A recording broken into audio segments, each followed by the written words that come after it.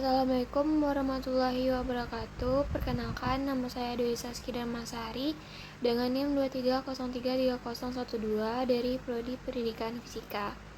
Nah, pada penjelasan video kali ini saya akan menjelaskan mengenai konsep kepemimpinan dalam organisasi.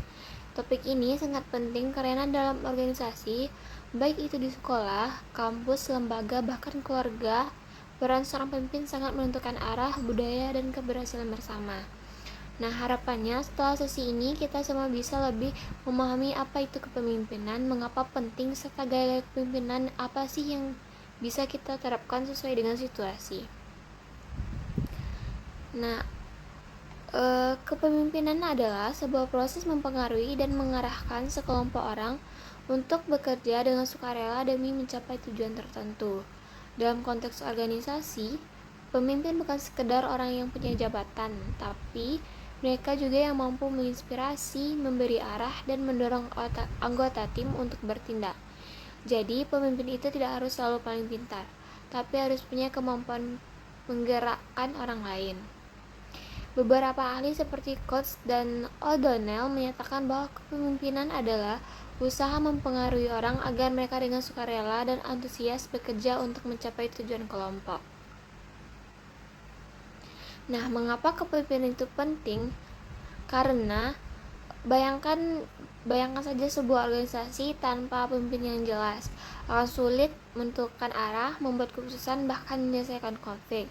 Nah, pemimpin yang baik bisa menentukan visi dan misi organisasi, membentuk budaya kerja yang positif, lalu mengelola konflik antar anggota tim secara adil, lalu membimbing dan memotivasi tim agar terus berkembang.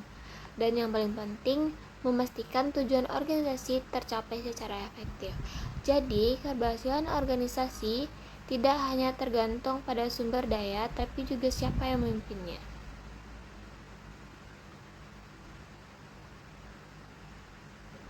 Nah, gaya-gaya apa yang ada pada kepemimpinan? Setiap kepemimpinan memiliki gaya-gaya yang berbeda, tergantung karakter, situasi, dan kebutuhan timnya. Berikut ada beberapa gaya kepemimpinan yang akan saya jelaskan. Yang pertama itu ada kepemimpinan otoriter atau autokratis, di mana pemimpin mengambil keputusan sendiri tanpa melibatkan orang lain. Terlihat sangat egois sekali pada kepemimpinan otoriter ini. Sangat cocok saat organisasi menghadapi krisis atau butuh keputusan cepat. Namun, jika diterapkan terus-menerus, bisa mematikan kreativitas tim karena tidak diberikan kesempatan untuk mengemukakan pendapat. Selanjutnya yaitu kepemimpinan demokratis atau partisipatif. Nah, di mana pemimpin melibatkan anggota tim dalam pengambilan keputusan untuk menumbuhkan rasa memiliki dan tanggung jawab dalam tim. Cocok untuk tim yang dinamis dan terbuka terhadap diskusi. Kemudian ada kepemimpinan laissez-faire. Pemimpin ini memberikan kebebasan penuh kepada tim untuk mengambil keputusan dan bertindak. Cocok untuk tim yang sangat kompeten dan mandiri. Tapi kalau tim belum siap, bisa menyebabkan kekacauan atau kurang arahan. Lalu ada kepemimpinan transformasional, di mana pemimpin menginspirasi dan memotivasi anggotanya untuk mencapai hal-hal luar biasa. Biasanya pemimpin ini visioner, mampu mengubah cara berpikir anggotanya. Sering ditemukan pada pemimpin besar yang mampu membawa perubahan besar dalam organisasi. Yang kelima yaitu kepemimpinan transaksional, di mana fokus pada penghargaan dan hukuman. Jika anggota melakukan tugas dengan baik, maka akan mendapatkan reward. Cocok untuk situasi rutin atau pekerjaan yang sangat terstruktur. Nah, masing-masing gaya punya kelebihan dan kekurangannya. Pemimpin yang baik tahu kapan dan bagaimana menyesuaikan gaya kepemimpinannya sesuai kondisi tim dan organisasinya. Kemudian ada karakteristik pemimpin yang efektif. Nah, selain gaya, ada juga beberapa karakteristik umum yang dimiliki pemimpin efektif. Yang pertama itu komunikatif. Komunikatif ini dimaksud yaitu mampu menyampaikan pesan secara jelas dan mendengarkan masukan dari anggota timnya.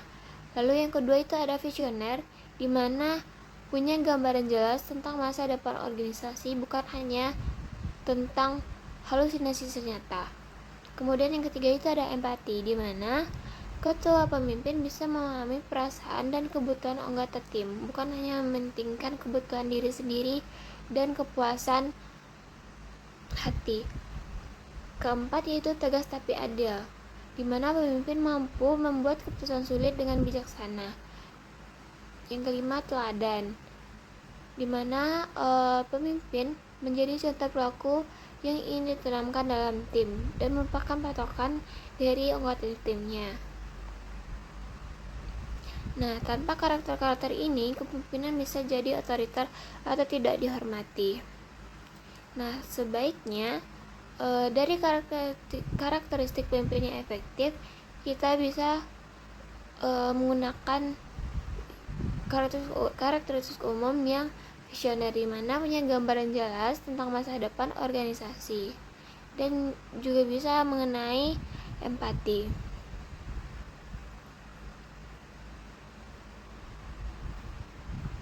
Nah, pemimpin bukan sekadar jabatan, tapi tanggung jawab. Siapapun bisa menjadi pemimpin, bahkan tanpa gelar formal, asal punya niat untuk melayani, kemampuan mempengaruhi, dan komitmen dan tujuan untuk bersama itu ada, bisa menjadikan seseorang itu menjadi pemimpin. Jadi, mari kita refleksikan gaya kepemimpinan apa yang paling cocok dengan diri kita, bagaimana kita bisa memimpin lebih baik meski dalam hal-hal kecil, lalu bagaimana kita cara mengkoordinir anggota-anggota kita dalam masalah, lalu mencari solusi dalam setiap masalah yang ada, dan saling menghargai sesama anggota tim dan bersikap adil kepada anggota tim dan menjadi suri teladan untuk anggota tim kita. Nah, mungkin itu adalah penyampaian materi dari saya mengenai kepemimpinan dan kepemimpinan dalam organisasi, di mana langkah kecil dari pemimpin merupakan perubahan besar yang akan terjadi kepada anggotanya nanti. Jadi kepemimpinan itu penting, juga gaya-gaya kepemimpinan juga penting untuk organisasi.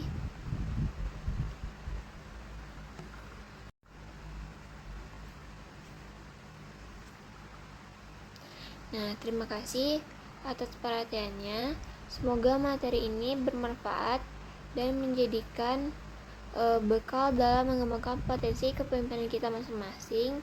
Jika ingin masuk suatu organisasi, bisa diterapkan bagaimana karakteristik pemimpin yang efektif jika mau jadi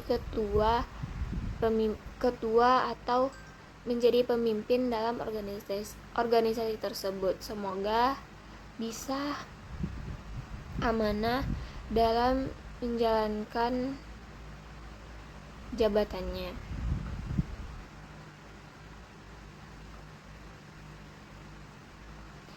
Mungkin itu penyampaian materi dari saya. Saya akhiri dengan wabillahi taufiq wal hidayah. Wassalamualaikum warahmatullahi wabarakatuh.